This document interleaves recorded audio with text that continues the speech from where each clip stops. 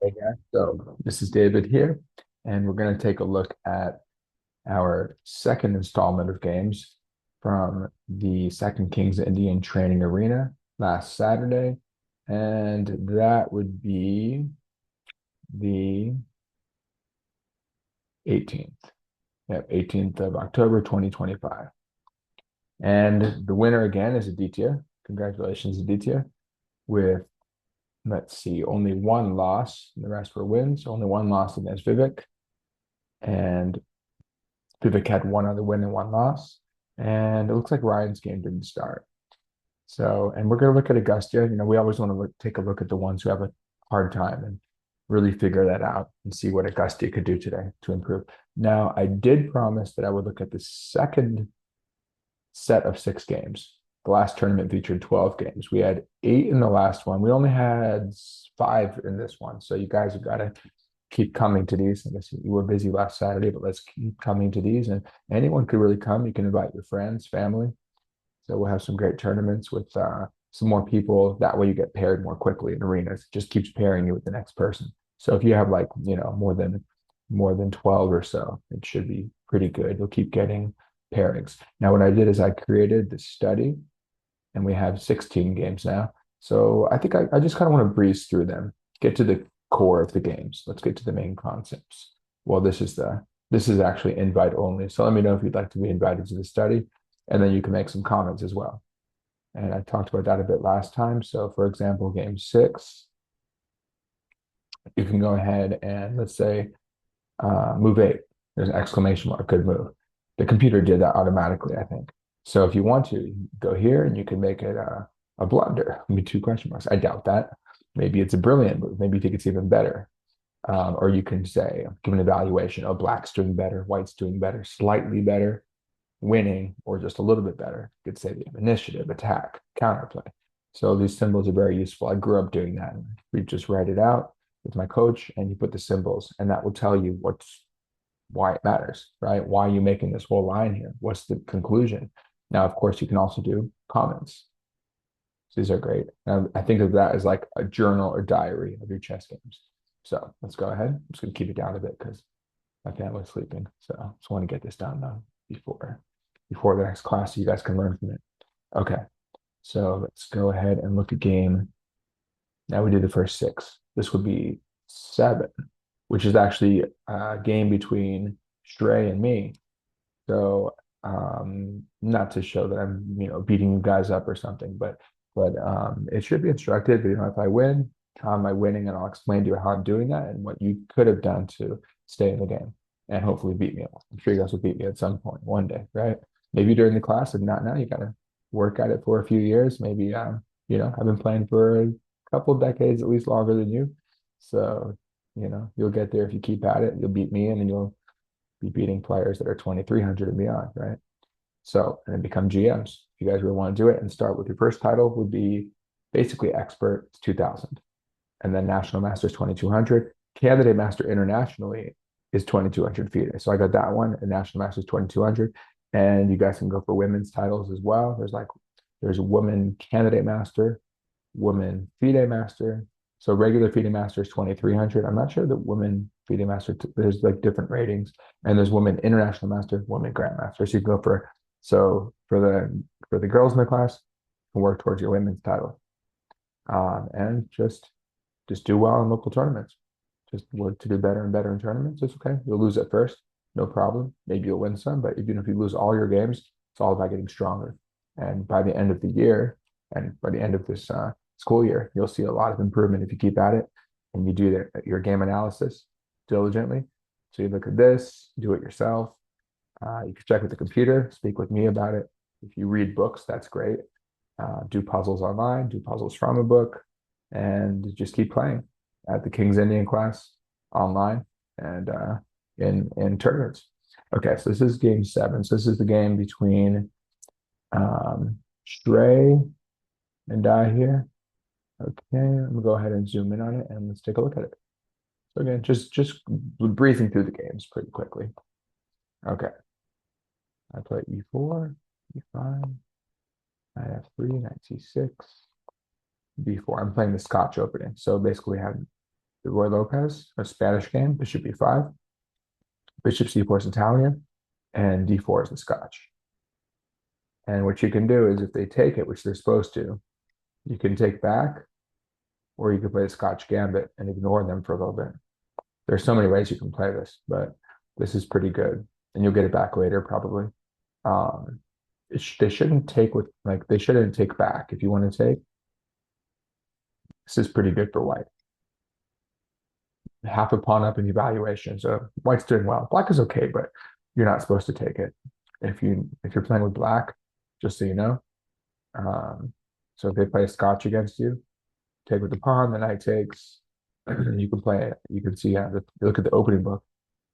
The book will tell you the main things that masters do in the entire database of all chess players. But masters, it's good to know what the masters do. They go knight f6. Yeah, I'll hover over it right here. Knight f6, bishop c5, and that's kind of random. Bishop b4 check. I don't know that move, but you can look into it, right? Queen f6 is actually pretty common. Actually, that's exactly what my opponent would traded against me, but not in the same move order. Should have taken the pawn first. That's the accurate way to play it. But certainly, bishop c5 line. Then there's queen f6. Check that. There's actually a nice line. Here you go. There's queen g6. And they can't bring out the bishop because they lose the g pawn. So it's not bad. You just have to be careful if you bring your queen out. Anyway, so let's take a look at it. I'll just explain to you how I did it, and then we'll look at what Shrey could have done. Get rid of all these arrows. Okay. So I decided to push. Why not, right? Get a tempo. The only thing is if you play bishop c4, you might not want to block it. But I'm getting a tempo. I'm gaining time against the knight. And the knight's not really going to go anywhere from here. If it were me, I'd probably bring to e7. Because then you can wrap it around here. And hey, you can look into f4 square to invade later. So I'd probably go to e7 and re-centralize. You're going to get kicked around from here. So I ignore it for now. See what you're going to do. Just develop. Knight comes out. Hit the queen. Bishop g5. Queen d6. And then I start attacking now. So this is where you're going to see the problem of the queen coming out too early. Again, in the other line, it's possible. That would be, for example, where was that line? That's in the capture line. This is actually a move, but she comes out with immediate pressure. It has purpose. Now it's better to bring out your bishop, probably. There's the bishop, then the queen line, or the knight putting pressure on the pawn, for example. But you don't really want to do it here because now it's all closed up. Position's clogged up in the center, and that queen is not really going anywhere. Now she's getting hit again by the knight. Where can she go? If it were me, I was thinking you were going to go like queen b6, maybe. It's not super easy to, we say, refute to prove it's wrong. Could even potentially go back. What would I do here? Possibly play for d6, maybe knight b5. Possibly knight b5. Nah, I think a6. Computer says, oh, duh, the pawn's hanging. Nothing too thick. I was trying to trap the queen or something, but maybe bishop e3, but she just gets away. So really, it seems like just take it. Wait, hold on. So here's the benefit of for white, the queen being out. Because when they attack this to get a fork, you can just go here, counterattack the queen, or you can even go here, right? So that queen is so vulnerable, then the fork doesn't even work. Okay, you just get off with it easily. So what happened in the game? We should go back to the main line. Knight b5, f6. Now, generally speaking, oh, well, that's that. Generally speaking, you don't want to move your f pawn. That came up in other games. Trying to move your f pawn, there are exceptions, but it opens up your king in the bad way.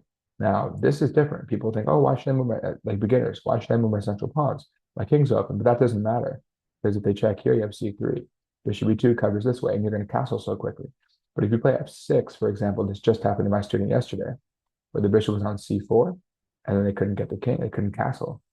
He actually did end up, well, his opponent could have gone queen d5 and forked him, but they didn't, and then he was able to castle. But not recommended, right? Just unless you're going to play a king's gambit, you know it really well. I played that in high school. I really studied it. Not recommended, though. It's not played at the top level. But f6, no need. If anything, h6. Okay. So it goes here. But then, especially no need. Definitely not a need because you need to do it with the queen. And then, yeah, that's pretty much nothing much to see here.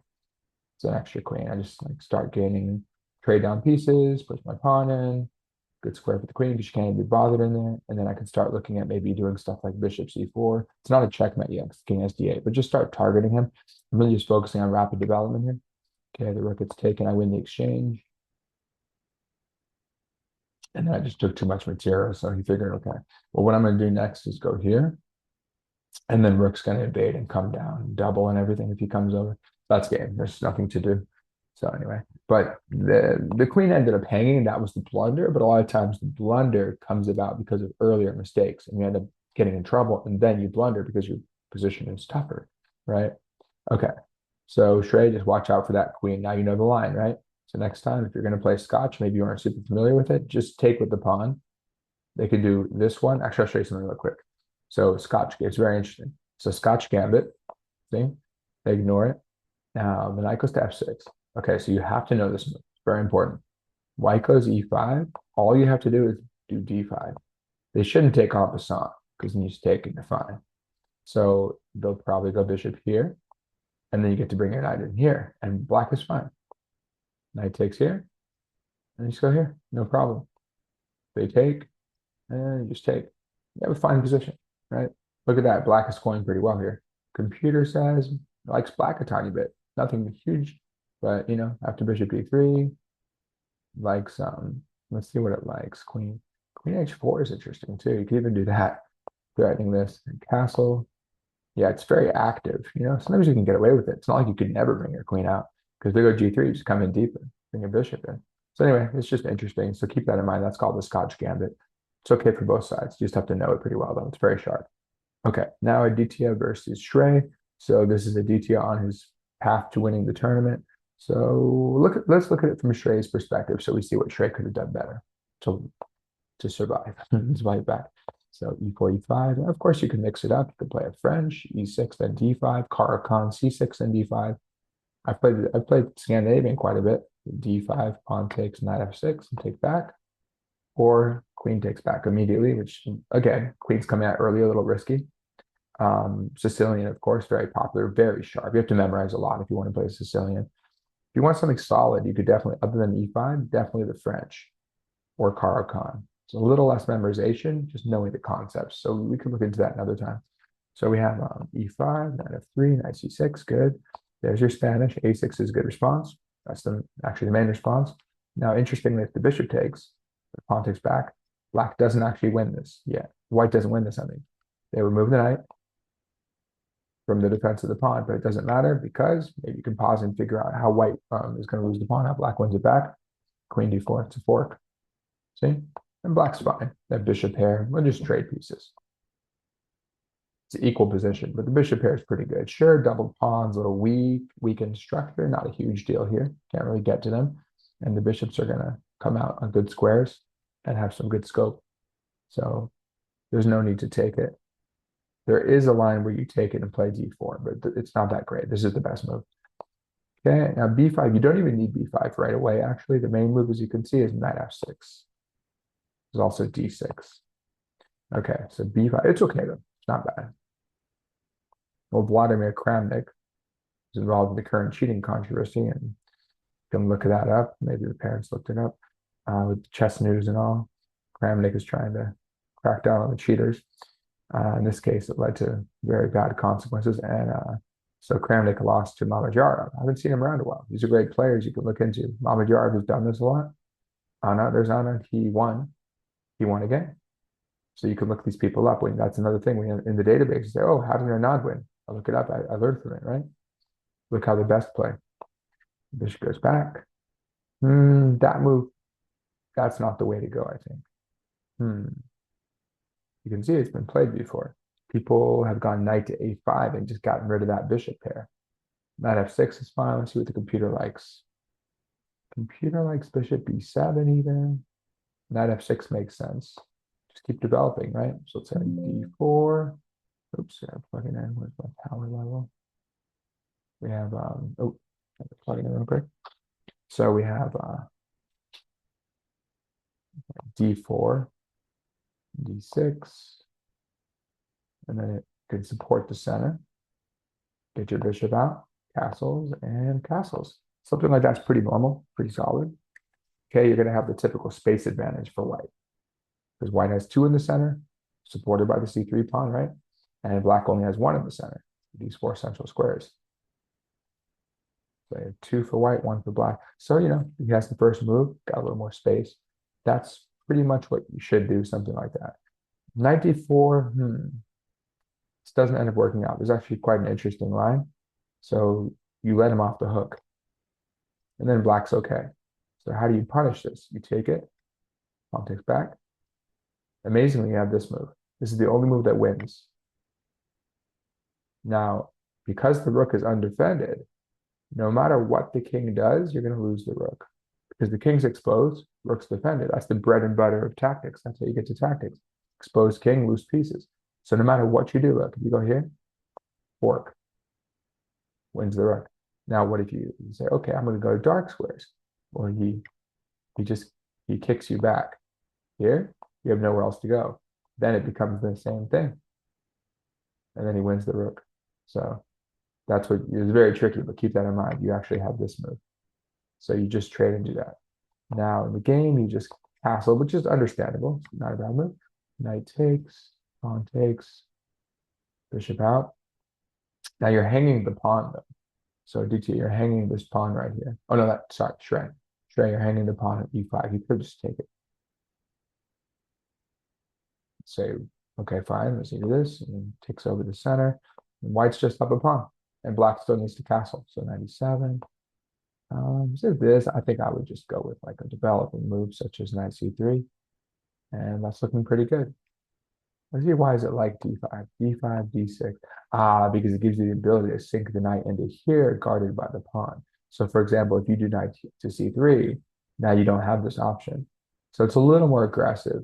It's understanding your knight's going to get kicked, ready to come in. It's not a big deal. You can do either one. But white's up a clean pawn, white has the center. So it's good for, in this case, very good for Aditya if he had just taken. But he doesn't take, he just develops. So make sure, don't just randomly bring out your pieces. How much time are you guys spending? This was 10 plus 10. You guys haven't even gone below 10 minutes. You guys should spend a little more time than that. So you're at 10:30, so you haven't spent any time. So like when you made the mistake, you went from 10:23 to 10:30. So you spent 3 seconds, then went back up to 10:30. So that's not good. You should be taking more time. That's why you made a mistake, mostly. Because if you had taken maybe, 10, 20 more seconds, you probably wouldn't notice that. Okay, interesting. Now you have nice bishops here. Okay. Let's see.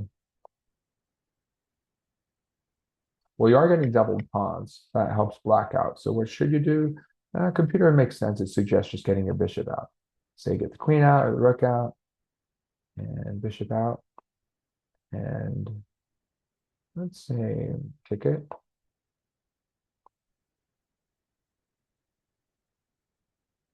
Something like this. Pretty even game. Both can maneuver around. If they try to checkmate you, you just could go, you can easily go queen f6. Yeah, f5. How good would that be? If pawn takes, come here, and you're going to get it back. I think if nothing else, you can also go here, and you hit the bishop, and you guard the checkmate. You don't have to play g6 and give them the rook. Don't give them the exchange. Look for bishop. You don't need that. Okay, so knight d5, knight takes, pawn takes, queen f6. That was it right there. So okay, it turns out okay for you. Look at this. These are awesome bishops. Great bishops here. Look at them. Make them red for fire. Look at that. Breathing fire across the board. Pressure on this pawn. The knight's not doing that much there. And white still needs to get the bishop out. So black is doing quite well. See, minus 0.8. That's almost -1. So it's basically saying we have 3, 4, 5, 6, 7, 1, 2, 3, 4, 5. Even though currently white has 8 pawns, black has 7. It's as if black is up a pawn because the position is so nice. The bishop pair targeted across the board.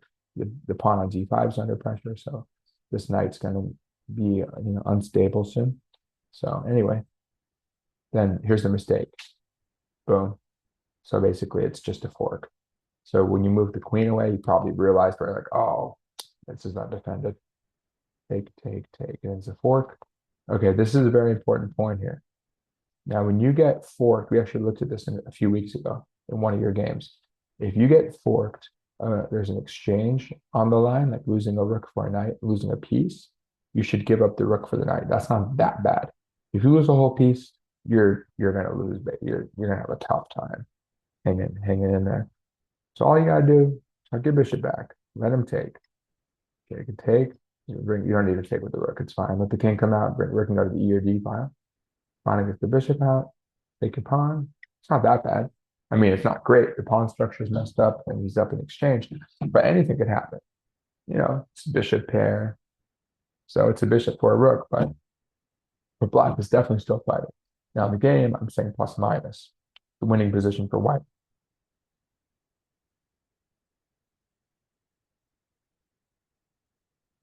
Yeah, it's just a piece up. So white's winning. Let's see how this goes. I think that this is interesting. There's actually a mistake. There was a mate threat. We allowed the mate. Rook E1 would have been mate. Maybe Stray was being nice and said, you know what? I could checkmate you, but I'm just going to block myself. And then he offers a draw. He says, I'll give you the draw. I could have checkmated you, but Aditya didn't take it. So I don't know exactly what happened. And guys, you still have more than 10 minutes on the clock. You haven't expended any time because you're using that increment. The point of the increment is not to effectively use it 0 time. It's so you can use it more time and not be in so much trouble. So for example, you can feel comfortable. You have a safety net. So if you take a lot of time doing some deep thinking, planning, finding tactics, defending, and everything like you should be doing, because even 10 minutes is not much time. Then you say, look, now I have a great end game. Maybe I'm up a pawn. I'm trying to win the end game. Well, you're not going to flag. If it's 10 plus is 10 with no increment, then you'd flag if you're down to like 30 seconds, most likely. But now you're not going to flag. You can get down a couple seconds and make a couple quick moves. Okay, now I got like 25 seconds, right? So just take your time. You don't need, that's why it's plus 10, not to go super fast, to take your time, especially if you're playing in a tournament, 30 minutes, maybe it's 90 plus 30 in a really big tournament, 90 minutes with 30 seconds out of each move. Regular tournament, maybe 30 minutes, 25, maybe you have a 5 second delay, but you're going to have plenty of time to think. I love to take my time. Chess is a hard game, right? And no matter how, I guess, smart you are, how good you are at chess, you got to take your time. Okay. You got to give your brain time to do best thinking, right? We're only human. Even computers need processing time. Okay, I'm not sure what happened there. Started hanging some stuff, maybe going for stalemate. Oh, oops. Because now the pawn moves, leaving the A pawn undefended.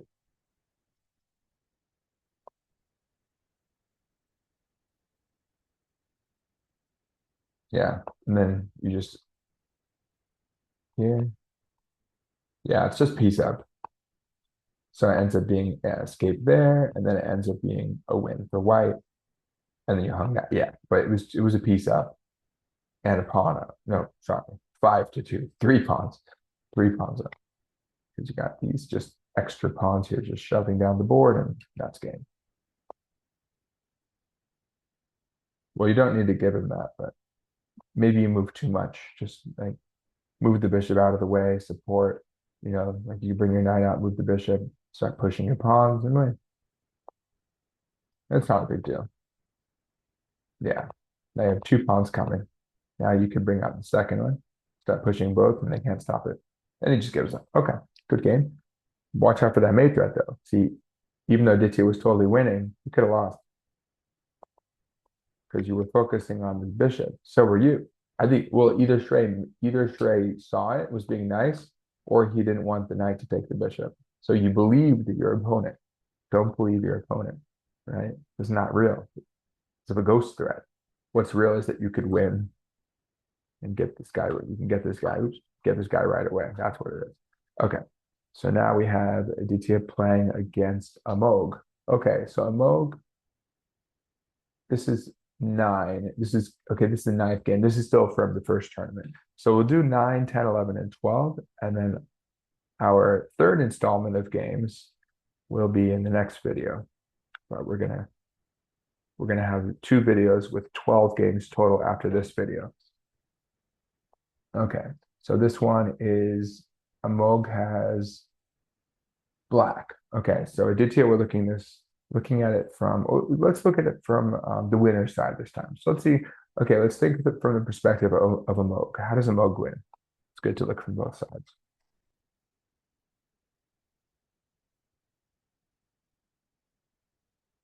I don't think h6 is super typical.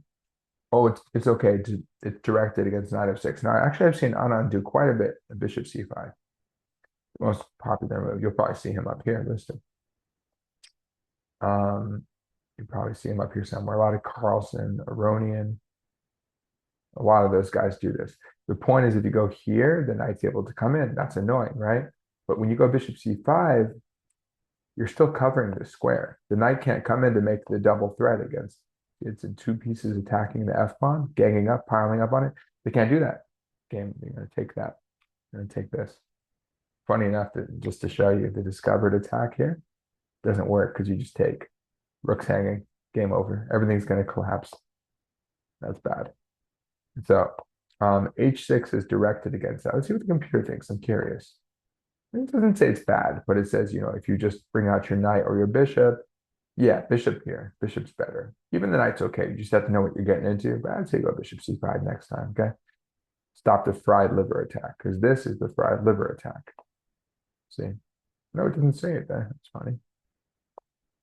It's the fried liver, though. Okay. So h6 is okay. The point is to stop knight g5, later stop bishop g5. Care about castling, very nice. Very good. Get the knight out. Bishop out. Okay, excellent play, guys. And even position, because you're both playing really well. See, plus 0.1, that doesn't mean anything.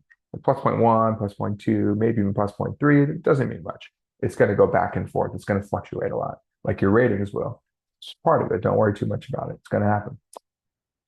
You guys have the K factor is the formula or the algorithm that tells you how much your rating is going to fluctuate up and down. As scholastic players, it'll move a lot.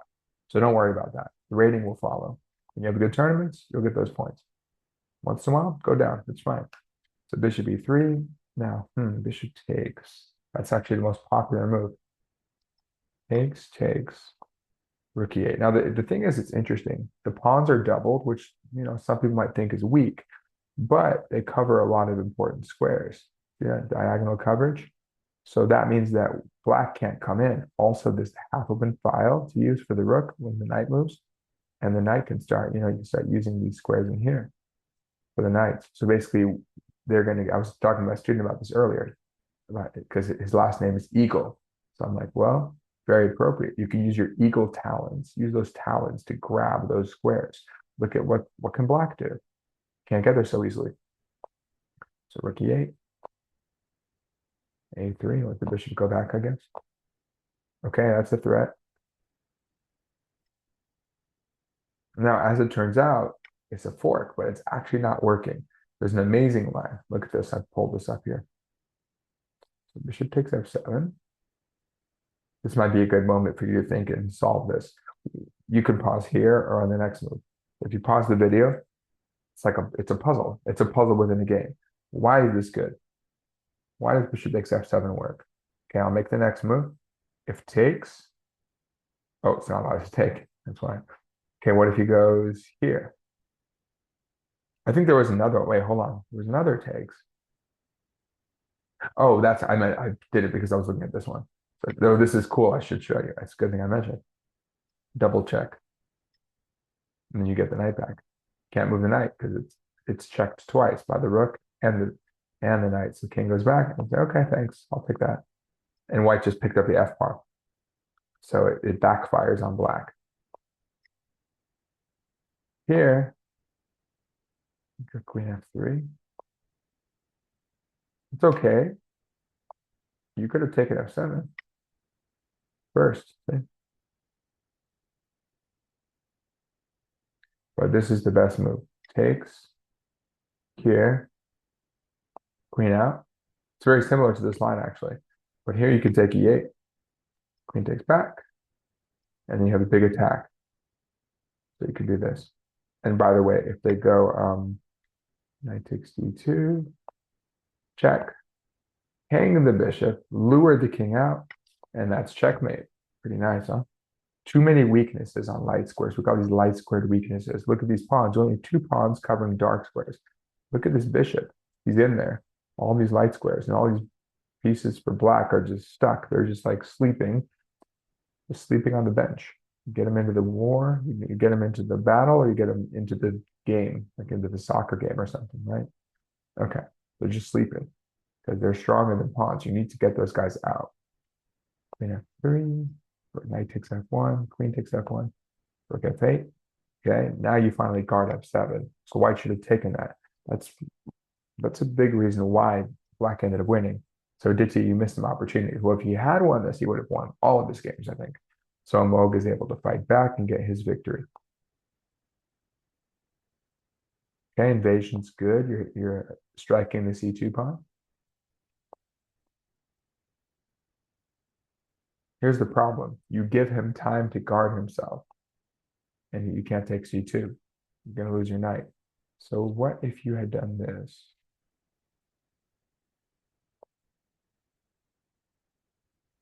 Now you kick it. After that. Oh, and the knight's being blocked by the rook, so he has to go home, and you're fine.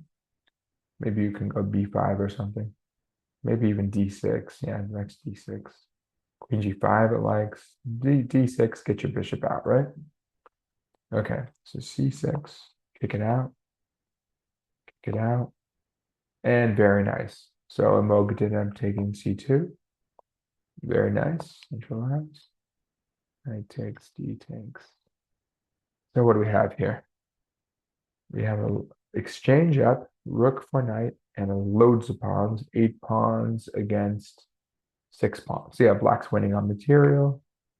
Take it, defend the pawn, and activate the queen. I don't think you need to go back all the way. You want to still guard this.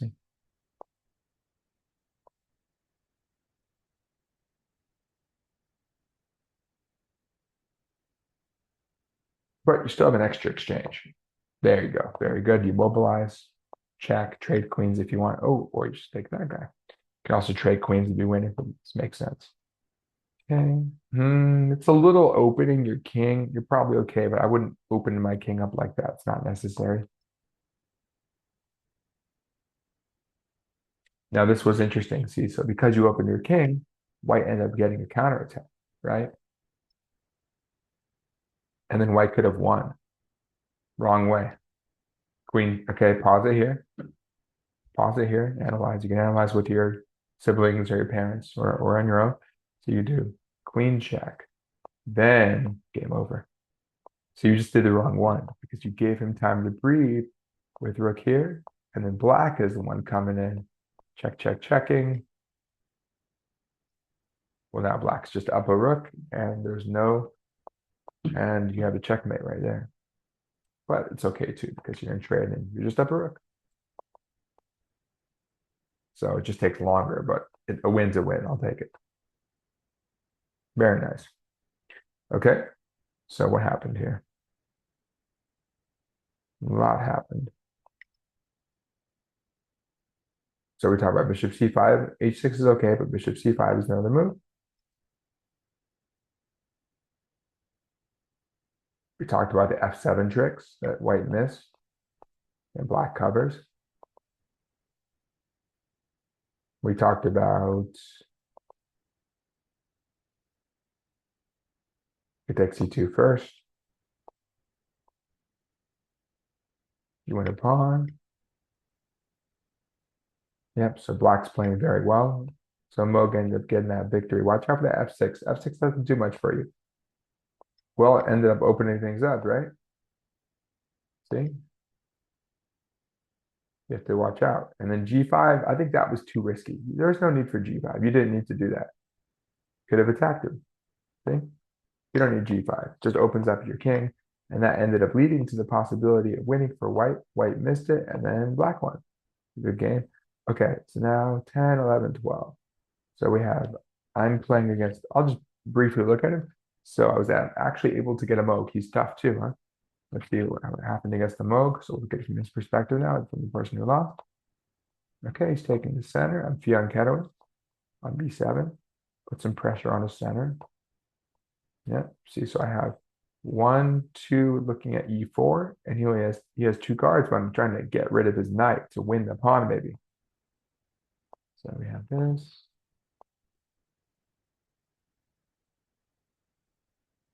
Take him. Oh, you just gave me the pawn. I mean, you don't really need to go back. There's no need to go back.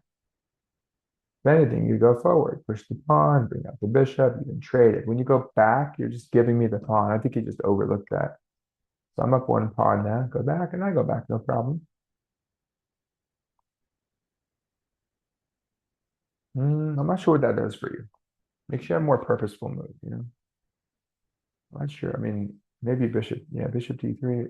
I don't know if you want to trade queens because you're down a pawn. Maybe bishop d3 and start aiming at my king, right? Now here's the problem: is that when I take back, the knight is just stuck. So the computer wants you to bring out your bishop. But when you take it, look, it goes from minus 1.9 to minus 2.3.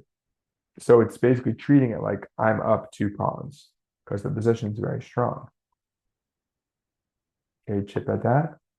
Threatening mate. The idea is if you go bishop here, I'm going to gain time against it.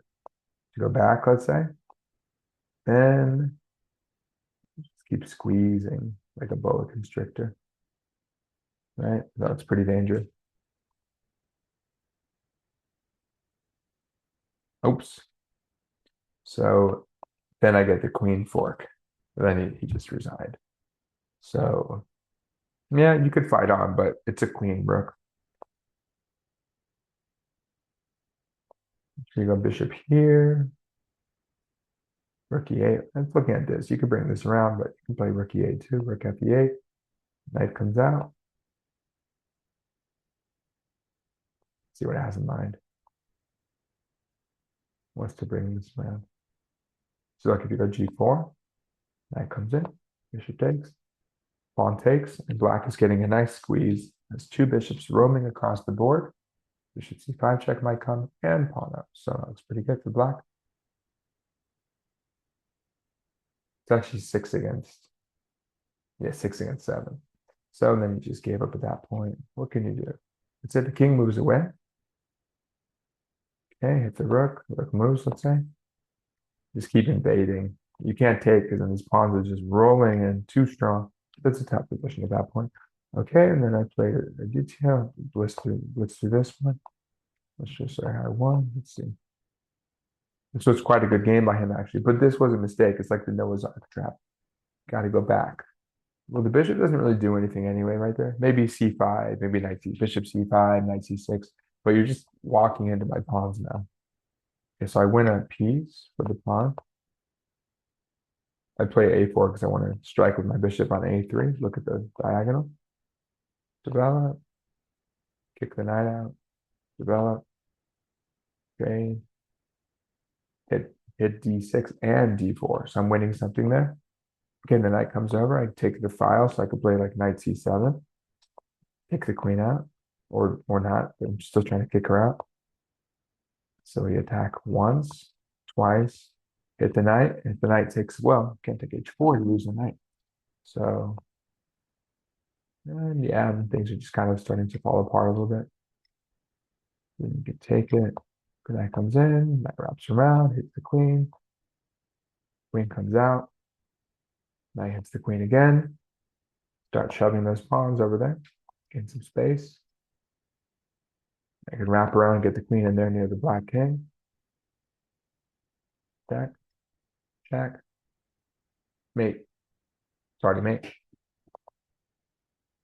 Now the only other way is to go here. It's also mate. How about here? Check. F5. Check. Eventually got a block. Pretty nice, huh? That didn't happen, but so in the game, what happened?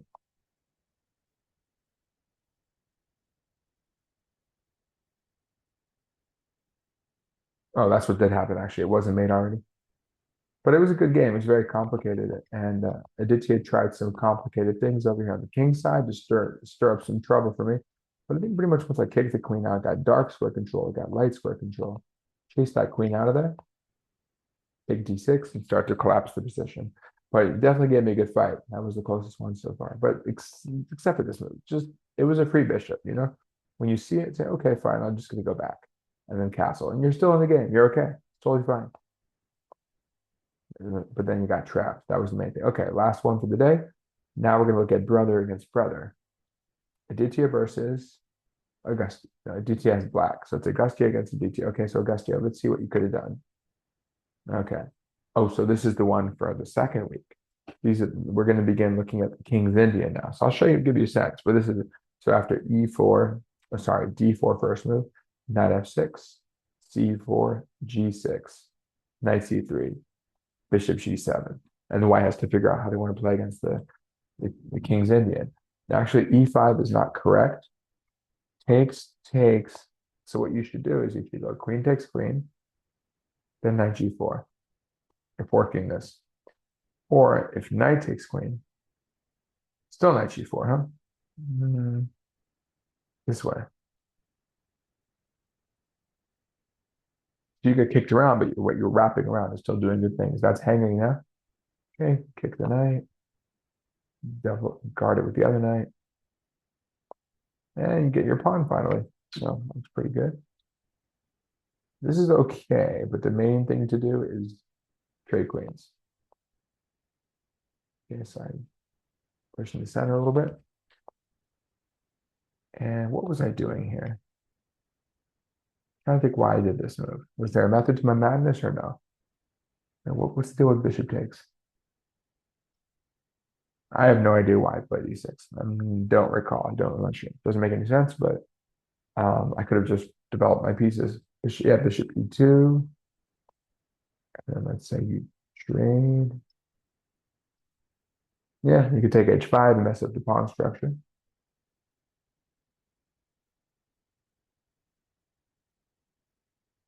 Yeah, so basically, Augustia just threw the pawn, thorn in the side, but Aditya could have just taken with the bishop. When you take with the pawn, it's a little more weakening, but it's okay. Okay, good. See how the computer is looking at knight f3 or b3. Because b4 is a little looser. Those guys aren't guarded. If you play b3, it's just nice and tight. Everything's guarded except for the a2 pawn. But you can create a pawn chain. Don't lose the base. Okay, developing. Yeah, it's tough. Those knights are starting to come in. What do we have? 3, 4, 5, 3, 4, 5, 6, 7. 2 pawns up for black. Very nice move because it unleashes against the knight, and then you missed it, and there you go. That's that. It's a winning position for black. A lot of pieces coming in. 2 knights and a bishop against 2 bishops, so it's basically a knight up. I'll look at a few more moves, see what happens. Jack. So I guess you realize you don't have anything there. Oh, you could have gone here. That's the way, and fork those 2. Yeah, he got off the hook a little bit, but then you got a fork. Okay, that's game. Oh, that was nice. That was a nice setup. Because otherwise, you're just going to escape, right? But if you want to get you, well, they got to pay the price. Like a fork, and then you're up too much. Let's see the finish.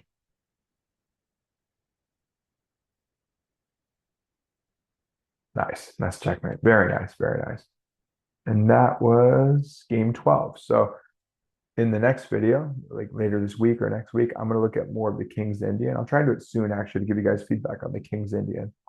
But basically, you should not, that's a lesson as to why you shouldn't push. So the main move is knight f3, bishop e2 even first, knight f3. Say black castles, main move. And then the main move is bishop e2. Then e5, castles. This is main line. Knight c6, you kick the knight, wraps around here. You start, you can do different things. You do bayonet attack, see? Start shoving these pawns, go for c5. Knight h5, e1, 5. This is just an example, right? So, but basically, you don't want to play e5 right away. There are different ways to go. There's f3. So it's like this.